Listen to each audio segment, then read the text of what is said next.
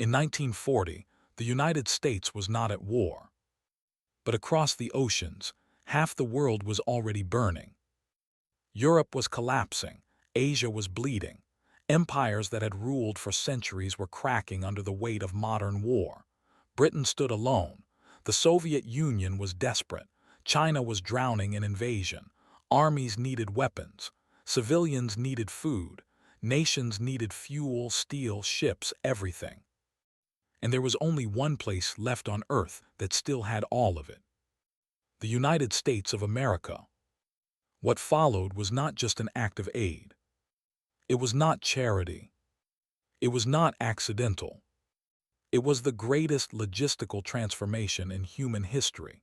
One nation reshaping its entire economy to supply half the world, and in doing so, reshaping the future of power itself. This is the story of how America became the arsenal of the world, and how that decision quietly changed history forever.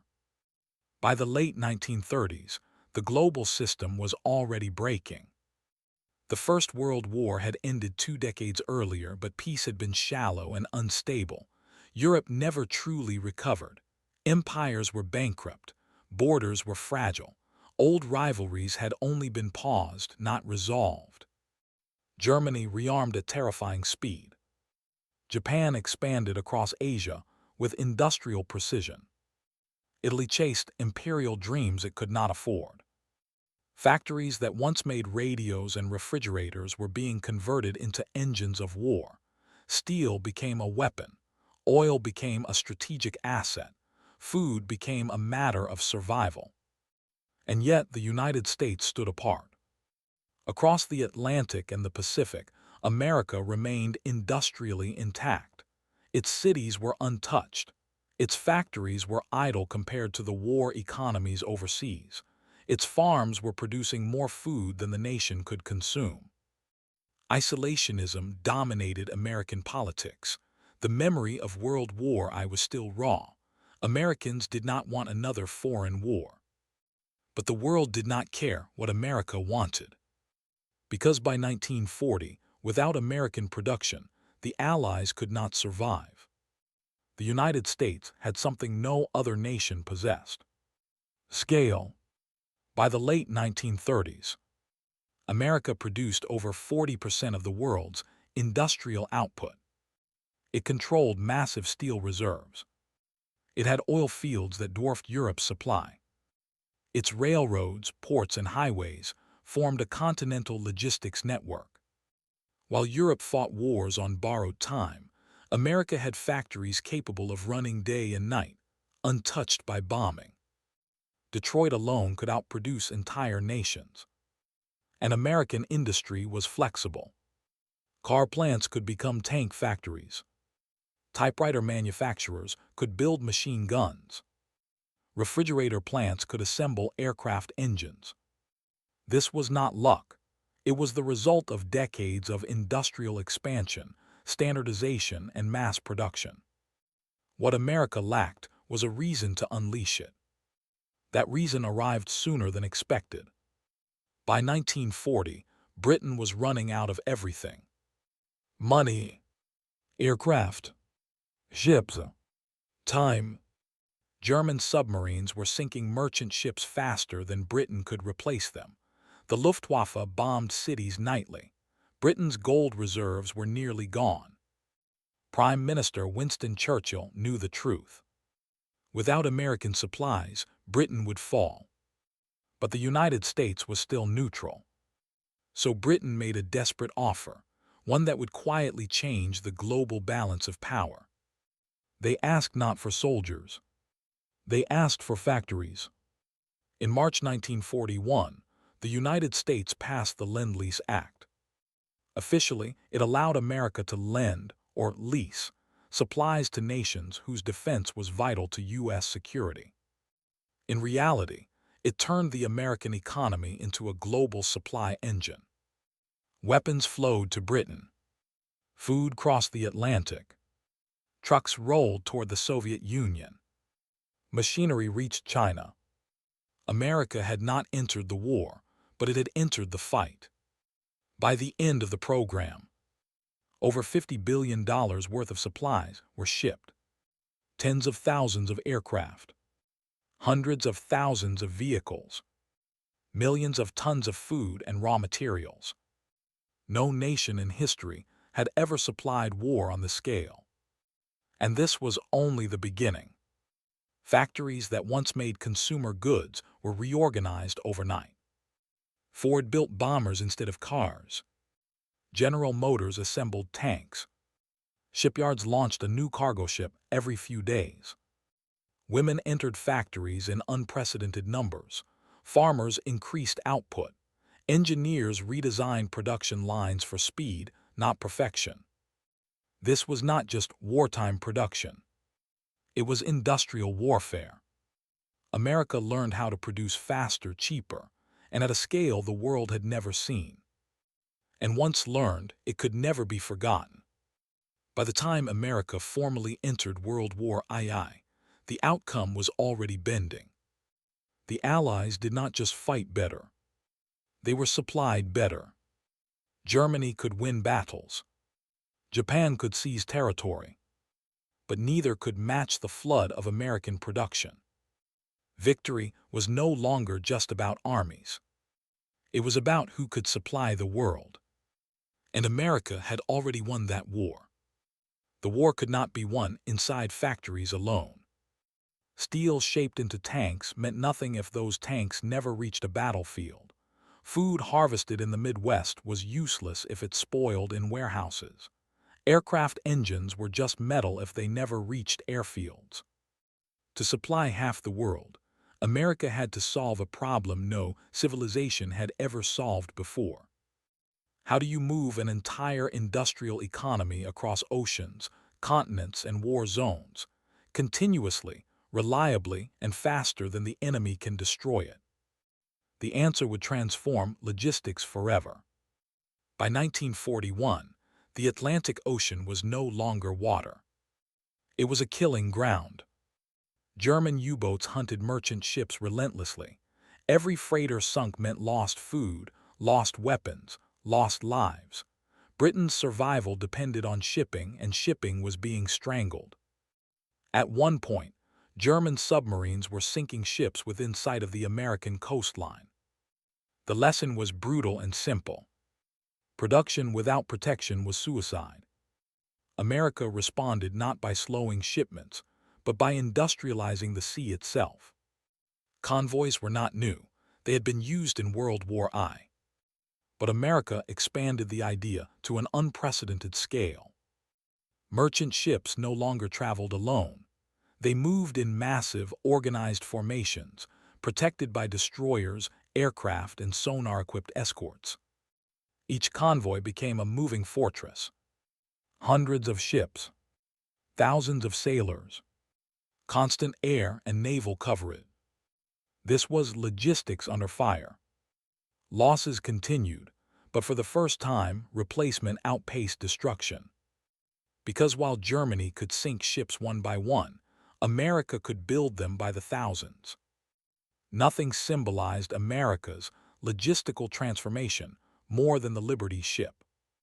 Before the war, building a cargo ship could take over a year. America reduced that to months, then weeks, then in extreme cases, days. Shipyards became assembly lines. Sections were prefabricated inland, transported to ports, and welded together with astonishing speed. One Liberty ship was famously built in just over 4 days. They were not elegant. They were not fast. They were not meant to last decades. They were meant to carry the war. By the end of the conflict, over 2,700 Liberty ships had been built. Enough cargo capacity to supply entire continents. For every ship Germany sank, 2 more appeared. The Atlantic began to tilt in America's favor. Supplying Britain was difficult. Supplying the Soviet Union was nearly impossible. After Germany invaded the USSR in 1941, the Soviet war effort depended heavily on American aid, but geography was merciless. There were 3 routes. across the Pacific to Vladivostok, through Iran and the Persian corridor, across the Arctic Ocean to northern Russia. The Arctic route was the shortest and the deadliest. Convoys sailed through freezing darkness, surrounded by ice, hunted by submarines and aircraft. Crews faced frostbite, storms, and constant attack. And yet the ships kept coming. America sent trucks that moved Red Army artillery, locomotives that rebuilt Soviet railways, food that fed millions of soldiers, radios, fuel, raw materials. Stalin later admitted the truth. Without American logistics, the Soviet counteroffensive would have been impossible. The least dramatic route was also one of the most important. The Persian corridor. America didn't just send supplies through Iran. It rebuilt the entire country's infrastructure to do it. Ports were expanded. Railways were modernized. Roads were paved where none existed. American engineers turned deserts into supply routes. Millions of tons of equipment flowed north into the Soviet Union, not through conquest, but construction. It was a new form of power, control through logistics rather than territory. While Europe consumed most attention, the Pacific posed an even greater challenge. Distances were vast, islands were isolated, ports were scarce. To fight Japan, America had to invent mobile logistics. Floating repair docks, oilers that refueled fleets at sea, supply bases that appeared overnight on captured islands. Entire naval task forces could operate thousands of miles from the mainland, supplied continuously. This had never been done before. War was no longer limited by distance. One secret made all of this possible: standardization. American equipment was designed to be interchangeable, repairable anywhere, familiar to mechanics across continents. A truck built in Ohio could be fixed in France or Siberia. Spare parts fit universally, training manuals were identical, procedures were simplified. This reduced chaos and multiplied efficiency. The enemy fought with brilliance. America fought with systems. By 1943, the shift was undeniable. Germany and Japan still fought fiercely, but they were starving. Fuel shortages grounded aircraft. Ammunition ran low. Supply lines collapsed. Meanwhile, Allied forces were drowning in abundance. Food arrived faster than it could be eaten. Equipment arrived before it was requested. Reinforcements followed clear, predictable schedules. Victory was becoming mathematical. Not heroic. Not dramatic. Inevitable. The battlefield was not only in Europe or the Pacific. It was in machine shops, on assembly lines, inside factories that never slept. While soldiers fought with rifles and tanks, America fought a second war, one measured not in territory but in output. And in that war, no nation came close. Unlike Britain, Germany, or the Soviet Union, the United States fought without devastation at home. No American factory was bombed. No American city was reduced to rubble. No supply line was cut by invading armies. This single advantage allowed something unprecedented: total industrial mobilization without national collapse. The federal government coordinated, but private industry executed. Instead of seizing factories, America contracted them. Corporations were paid to convert civilian production into military output. Profit was regulated, not eliminated. Efficiency was rewarded, not punished. The result was speed. A speed dictatorships could not match. Nowhere was the transformation more visible than in Detroit. The automobile capital of the world became the aircraft capital almost overnight. Ford, General Motors, Chrysler, companies built for consumer markets, were suddenly producing instruments of war. Car plants became tank factories. Engine lines became aircraft assembly. Toolmakers became weapons specialists. Henry Ford's Willow Run plant symbolized the shift. At its peak, one B-24 bomber rolled off the line every 63 minutes. Thousands of workers operated in synchronized precision. Components arrived exactly when needed. It was mass production weaponized. It was coordination. The U.S. government created agencies to manage raw materials, contracts, and priorities. Steel, rubber, aluminum, everything was allocated scientifically. Rival companies shared designs, patents were pooled, competition gave way to cooperation. This was capitalism, temporarily reorganized for survival. And it worked. Production schedules were planned months ahead. Supply bottlenecks were identified and eliminated. Waste was treated as sabotage.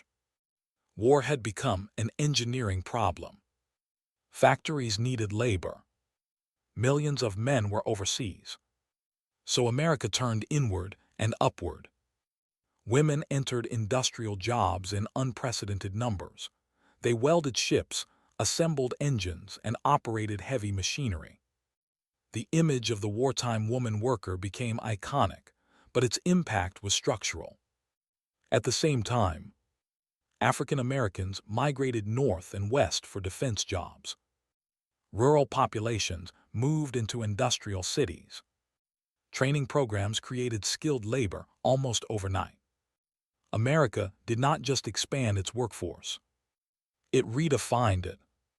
By 1944, American production defied belief.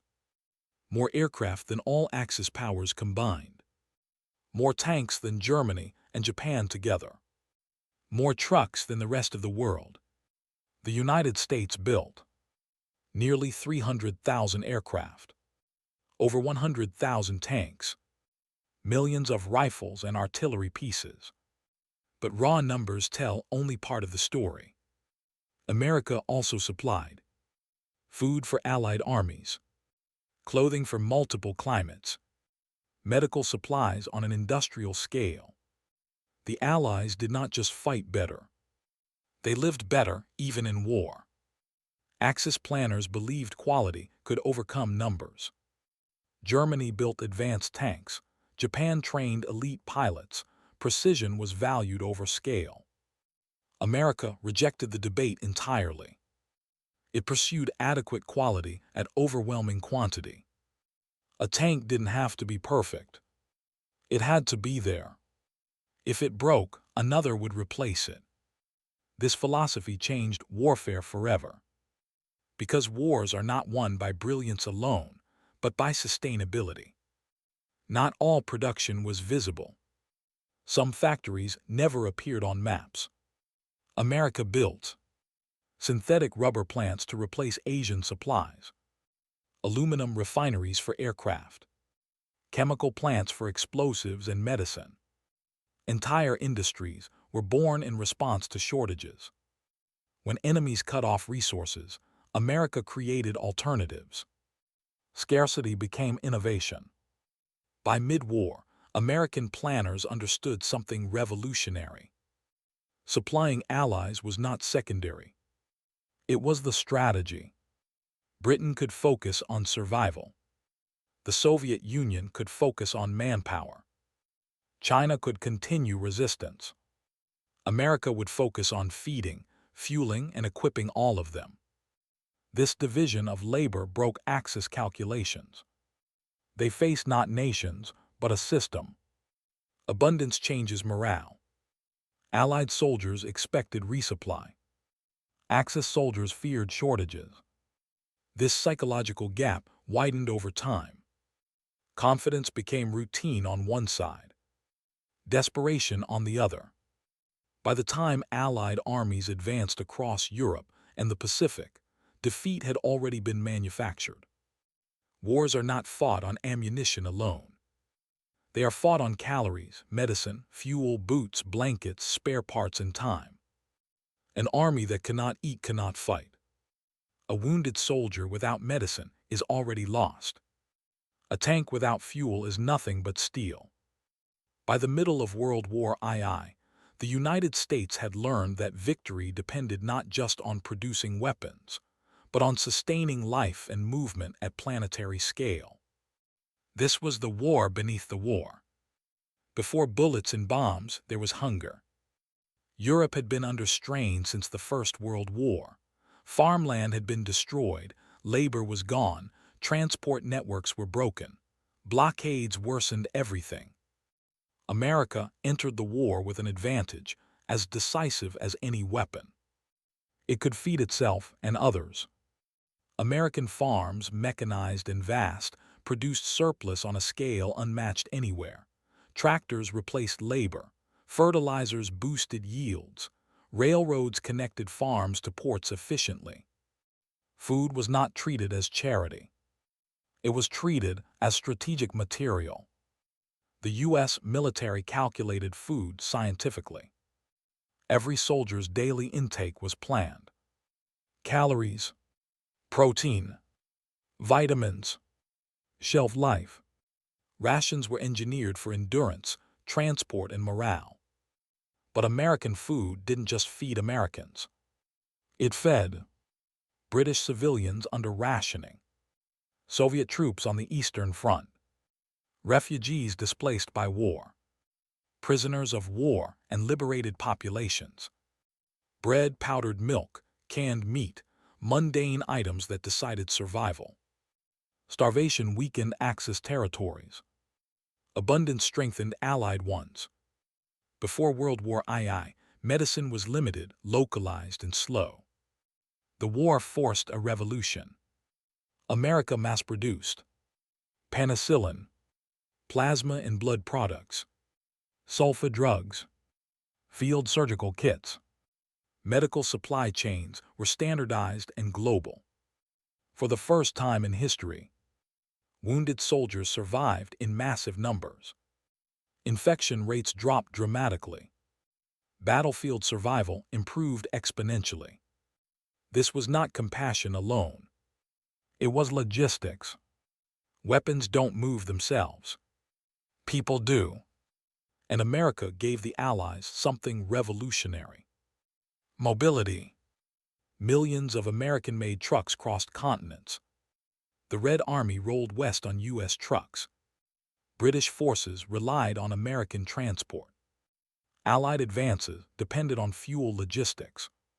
A soldier who can move faster than his enemy controls the battlefield.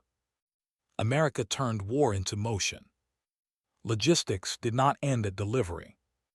Equipment broke, roads collapsed, rails twisted under overload. So America supplied maintenance itself. Railroad equipment and locomotives. Engineers to rebuild bridges. Spare parts shipped by the ton. The war became a continuous cycle. Produce right arrow, deliver right arrow, repair, repeat.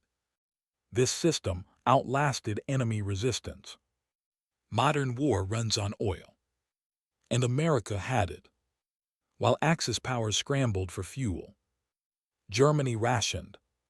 Japan gambled on conquest. America supplied aviation fuel, diesel, lubricants, gasoline. Refineries expanded, pipelines were laid under oceans, tankers crossed seas in convoys. Fuel shortages grounded enemy air forces. Allied planes flew relentlessly. Cold kills as effectively as bullets. America supplied winter clothing, boots designed for different climates, tents and heating equipment. This mattered profoundly. German soldiers froze outside Moscow. Allied soldiers endured winter and advanced. Survival was engineered. Supplying half the world meant supplying civilians. As territories were liberated, populations faced ruin. America sent emergency food, medical aid, reconstruction materials. This prevented chaos, famine, and revolt. Logistics stabilized peace before peace officially existed. Nations remember who feeds them when they are starving.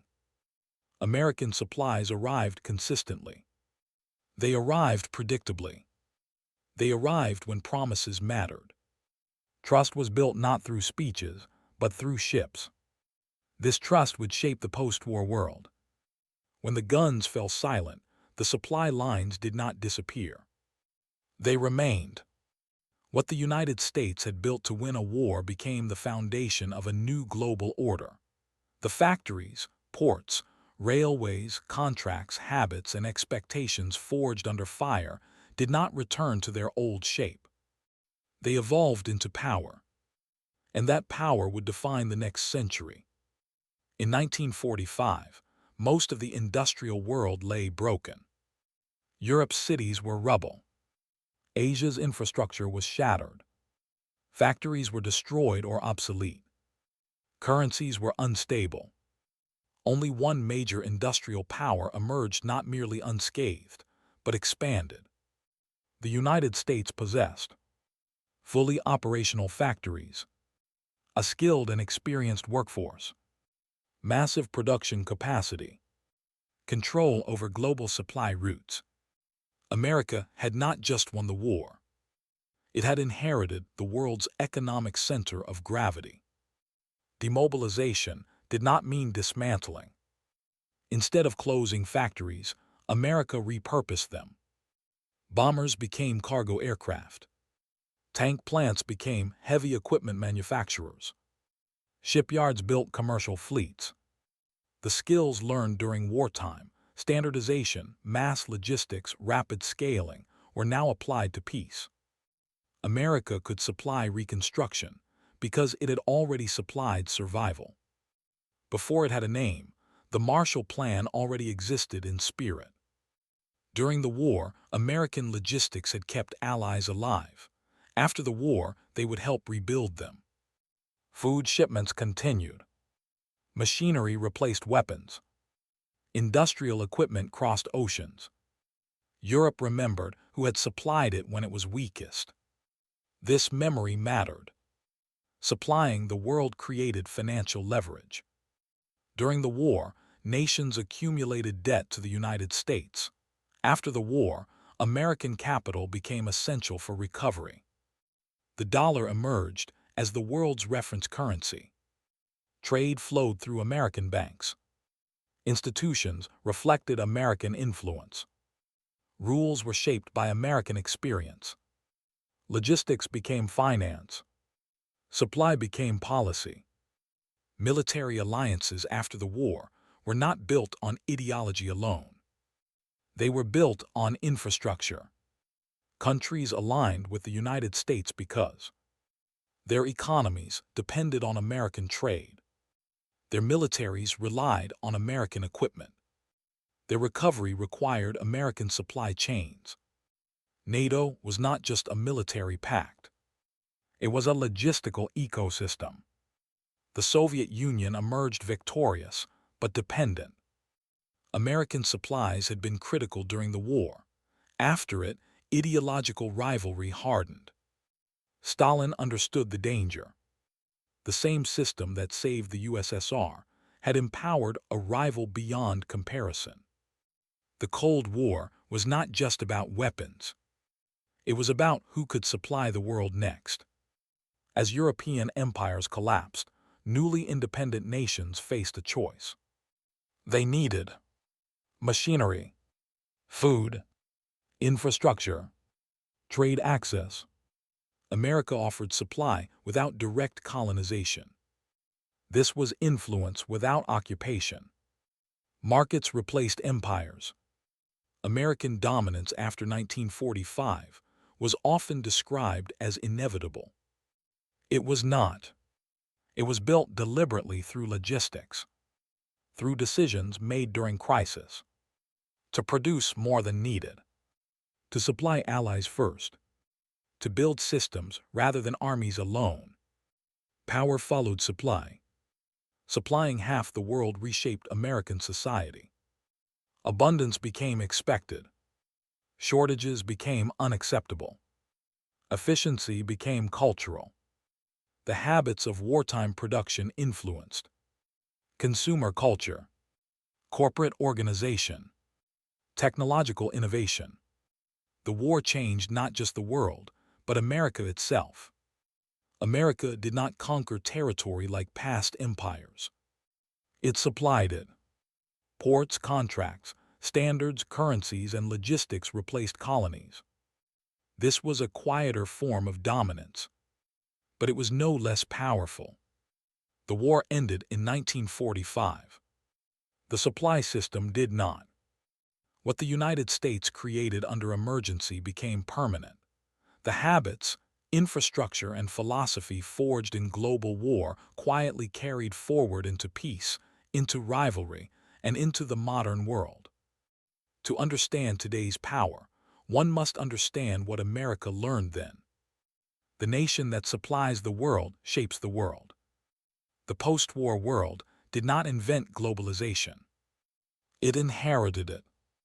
Shipping routes opened during the war became permanent trade lanes. Ports expanded for wartime convoys evolved into commercial hubs. Aircraft logistics transformed civilian air travel. The techniques America mastered: mass production, standardization, predictable delivery, redundant supply. These became the foundation of modern global trade. The world economy began to function as one system, and America sat at its center. During the Cold War, military standoffs rarely turned hot between major powers. Why? Because logistics mattered more than confrontation. America's ability to supply allies across continents deterred escalation. Its bases were not just armed, they were stocked. From Europe to East Asia, food, fuel, spare parts, communications, all flowed reliably. Power no longer required constant war. It required constant supply. The logistical mindset accelerated technology. Computers were developed to track inventory. Satellites were launched to coordinate movement.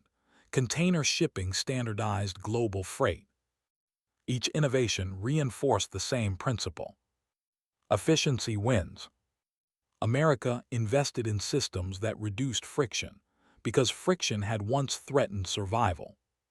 The legacy of wartime logistics lives inside modern supply chains. But supply-based power has limits. As production globalized, America no longer built everything at home. Factories moved, dependencies grew. The same logic that once empowered the United States began to expose vulnerabilities. Supply chains stretched across borders. Disruption became a new weapon. History had come full circle. In the 21st century, nations rediscovered an old truth: wars are still won by supply. Pandemics exposed fragile systems. Conflicts revealed dependence on energy, food, and manufacturing. Once again, power is measured by who can produce, who can deliver, who can endure disruption. The lessons of the 1940s returned, unchanged. The popular memory of World War II focuses on battles. But the deeper story is quieter. Victory was loaded onto ships, packed into crates, sealed in oil drums, stitched into uniforms, measured in calories, counted in spare parts. It was built in factories far from the front. The myth of sudden triumph hides decades of preparation and years of relentless logistics. This story matters because it explains the modern world. Why America became central to global trade. Why its alliances endure. Why its economy influences distant nations. Power did not emerge from conquest alone. It emerged from supply. The United States did not supply half the world by accident. It chose to. It reorganized its economy, redirected its labor, and accepted responsibility for global survival. In doing so, it changed what power meant. Not domination, not occupation, but reliability. The nation that could be counted on, again and again, became the nation that shaped history.